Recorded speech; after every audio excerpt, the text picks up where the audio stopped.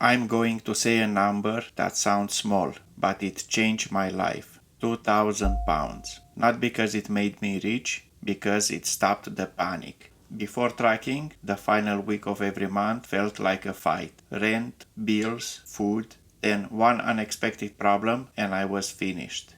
In this video, I want to show you exactly how I went from that constant panic to finally feeling in control. The moment tracking changed my position, the mistakes that can keep drivers broke even on a good wage, and the simple system I used to save my first £2,000. The car and postcode didn't change. From the outside, almost nothing changed, but for the first time, I had choices. I remember looking at my first proper HGV payslip. I wasn't suddenly rich, but after the bills were paid, there was some money left. I sat in the cab at a service station with the engine off, calculating it again in my head.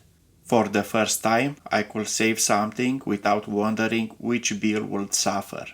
That feeling was not excitement, it was relief. Before tracking, I had worked in warehouses and hospitality. Hard work, long hours, and a low ceiling. One unexpected expense could undo the month. Now there was a gap between what came in and what had to go out. The gap was small at first, but it was the beginning of everything. Because breathing room does not make you rich, it allows you to think clearly. This is where many people lose that opportunity. A driver gets his license and his wage jumps. Maybe he was earning the living wage and now he sees over £3,000 before tax. He thinks, finally, I've made it. Then the car gets upgraded. Finance, a new phone contract, more subscriptions, more takeaways, maybe a bigger place. The income rises, but the breathing space disappears. He has not increased his freedom. He has increased the amount he must earn every month just to stand still. Now, leaving a bad employer becomes harder. Refusing overtimes becomes harder. One quiet month at work becomes frightening. You are trapped again, only now you are trapped on a better wage. When my income increased, I tried to keep my life almost the same. Same car, same habits, same ordinary spending. The difference between the old income and the new one became my buffer. That changed my direction. I did not allow the new wage to immediately create a new lifestyle. This is the system I would use if I had to build that first buffer again. First, I will look through the last 3 months of my bank statements, not from memory, properly.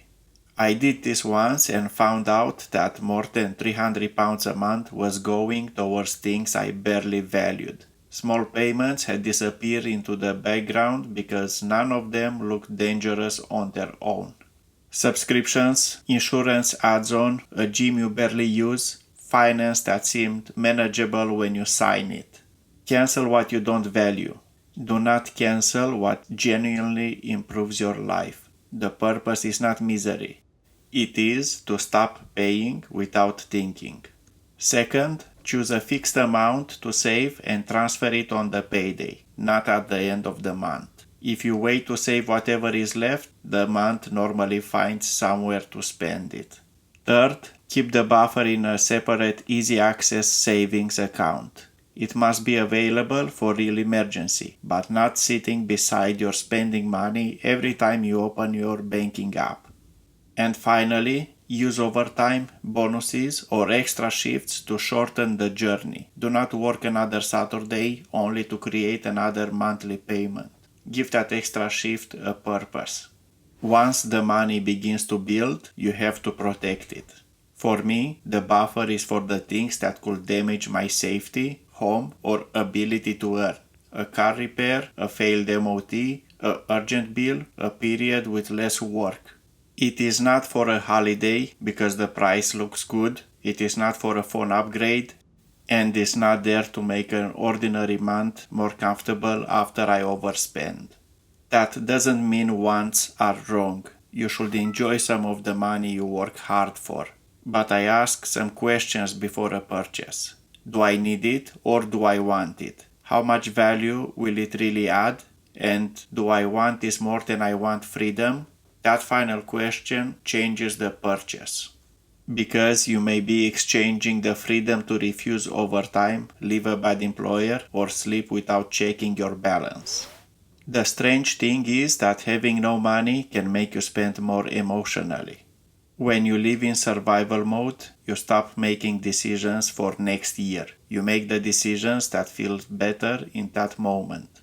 That's when you order a takeaway because you've had a hard day. You put something on the credit card because payday is closed. You buy one small thing because for a few minutes it feels as you are in control. I still use the same phone while new models appear every year. Better camera, better battery, slightly different shape. Buying one can feel like progress, but sometimes spending gives you the emotion of progress without improving the structure of your life. So I stopped asking only, can I afford this? I start asking, what will this cost me in freedom? Think about the last thing you bought for more than £200. Did it improve your life for months, or did it feel good for 3 days? You can't change a pattern until you see it. Credit cards are tools. If you use one and clear it every month, this is one thing.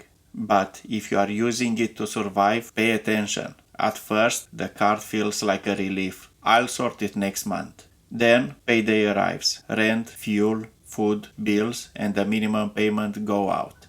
You are short again, so you use the card again. Every new month begins by paying for the last one. That loop is brutal. I was not broke because I earned absolutely nothing. I was broke because I had no space between my income and the next problem. The buffer created that space. And once that space exists, the credit card stops being something you need to survive. I also want to be honest about something. Discipline matters, but income matters too. You cannot budget your way out of a wage that does not cover the basic life. Before tracking, I realized that cutting another 20 pounds will not completely change my position. I needed a skill that fewer people could immediately step into. For me, that was HGV driving. The license cost money and felt risky, but it raised what I could realistically earn. For somebody else, might be a trade, sales, or another qualification. But the principle is the same. Raise what you are capable of earning. Then, stop the extra money from leaking away. Income without control disappears. Control without enough income eventually reaches a limit. You need both. The exact target will be different for everyone. If your essential costs are high or you have children, you may need more. But £2,000 was the first milestone that changed how I felt. A repair became annoying, not catastrophic. A larger bill became frustrating, not terrifying. And something else changed. I behaved differently at work.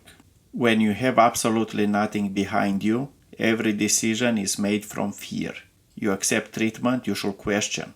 You agree to shifts because you cannot risk saying no. You stay quiet because payday is too close. A buffer does not mean you can walk out every job tomorrow, but it gives you time. Time to think, time to look for another position, time to make a decision without somebody holding your next bill over you. People often think luxury is a new car. For me, real luxury was waking up without being frightened of my bank balance. That was peace. So here is the plan. First, create a gap between what you earn and what you spend. If your income is too low, work towards a license, trade, or qualification that can raise it.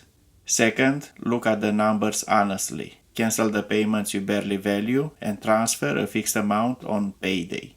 Third, keep the money separate and decide in advance what counts as an emergency. Then you have to protect that buffer. It is not glamorous. It will not make you look successful online. But when the tire goes, the MOT fails, or work becomes uncertain, you will feel what that money really bought. The first £2,000 did not make me rich. It made me calm. And calm is where better decisions begin. Drive safe and I'll see you in the next one.